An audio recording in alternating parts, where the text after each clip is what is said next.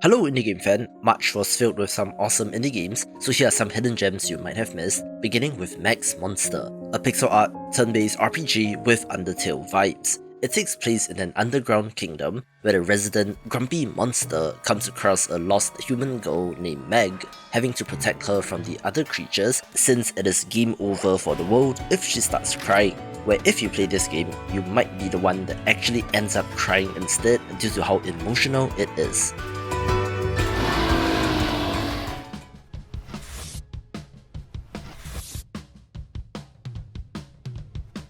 I'll be honest, I wasn't expecting too much from Troublemaker, a high school life sim title with 3D brawler elements since it looks kind of jank and unpolished, but there's something to this game.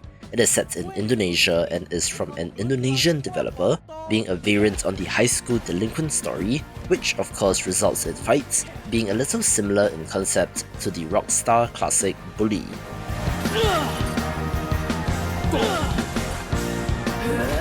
Combat is the main draw, with a variety of moves to learn and choose from, where you do need to deal with pesky things like homework as well.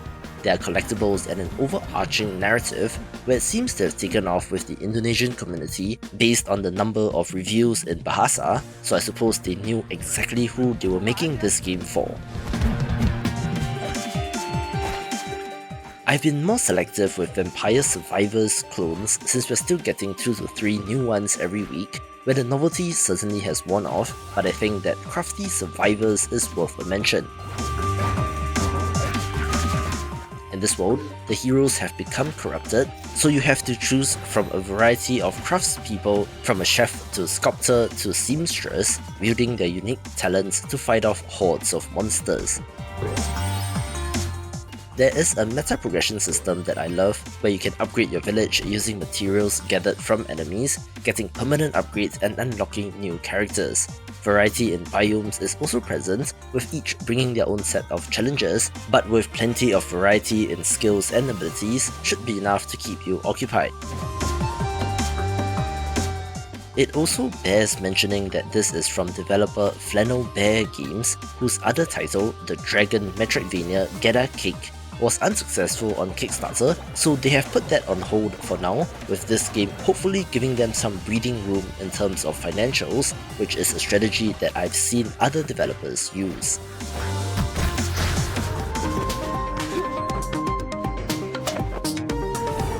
For as faithful as this pixel art cinematic platformer is, LUNARK has not performed that well in terms of sales, at least on Steam, so right or wrong if you're down for this.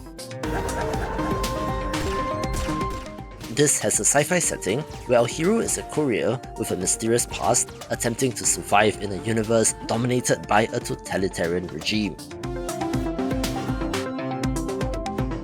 I love the art and animation in this, where a lot of effort has been put into that, but where perhaps the gameplay might be a little bit too old school for new players, but it is certainly a curiosity worth checking out.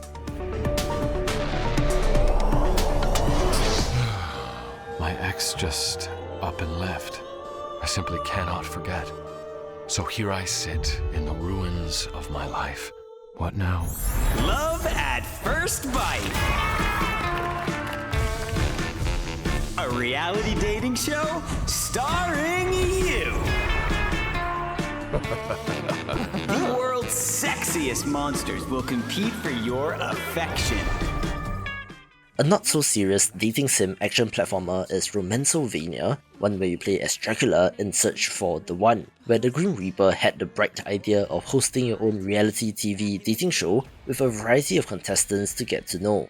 You're fighting your way through different levels, uncovering secrets and going on dates to often hilarious outcomes, where it certainly has a more adult theme but can be fun, although there were reports of bugs and jank at launch, which seems to have largely been ironed out.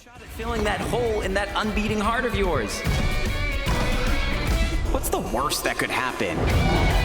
Romancelvania.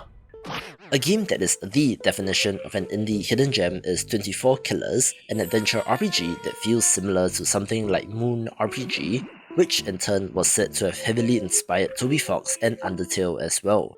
This game is set on a tiny desert island in the Indian Ocean, where a multiverse drama is happening, and you play as Home, a cursed superintelligence trapped in a soldier's corpse by an alien named Moon.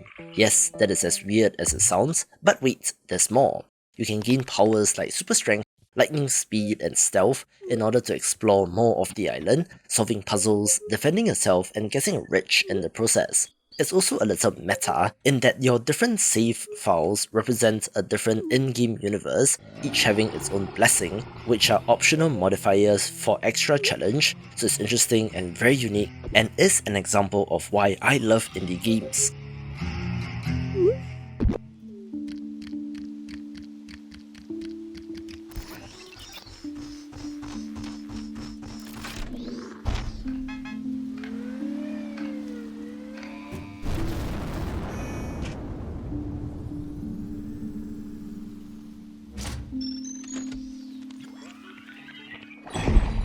I think that the premise of Plasma is pretty straightforward, being an engineering sandbox game for tinkerers, where if you love building stuff in games, I'm sure that you will love this title.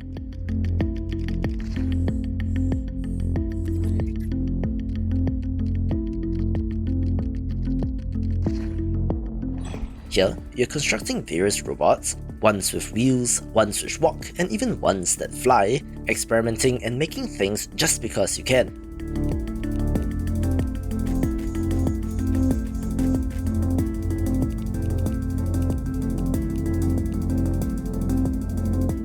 I suppose that might be the biggest drawback right now, where there isn't much in terms of the traditional concept of gameplay with missions and objectives and so on, simply setting you free to explore and play around. I believe these should be added later on in development, but for now, the core building and programming systems are great, giving them a good foundation to build on.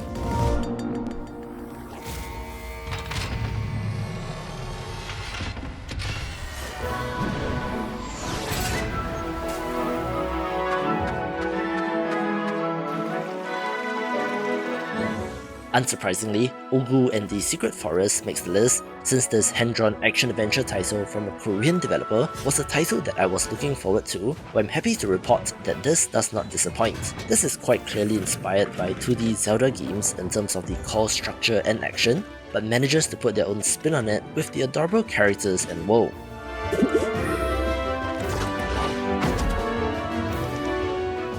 Yes, it's a classic save the world story, where a hero must gather the scattered pieces of the Great One's power in order to do so.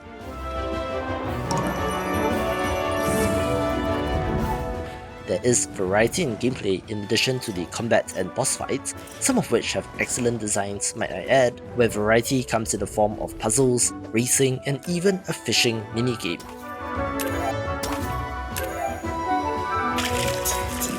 There are hats and masks that our hero can wear, some of which grant special abilities, as well as secrets to uncover through drawing objects and landscapes. So there's plenty to love here, with the caveat being that it is still in early access and currently has 3 out of 6 planned areas of the game.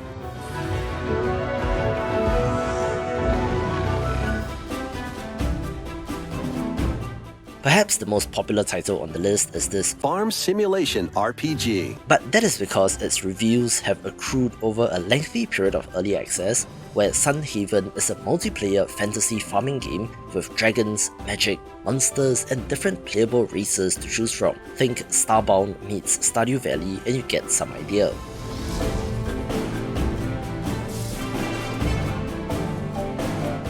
This game includes tons of character customization options, and you can even build your farm in 3 different cities, with multiplayer support, so it can be fun with friends.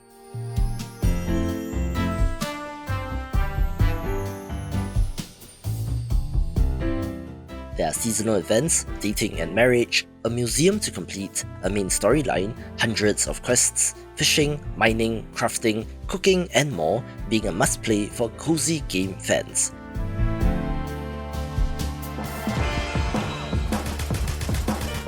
Come on, of course this pixel art Metroidvania is where it's at on the list, since I'm just a sucker for these games, where our protagonist explores a series of floating islands, attempting to get revenge on her estranged father, where the character action-style combat of air combos and chaining together attacks is the main draw, with plenty of options to customize your skill set.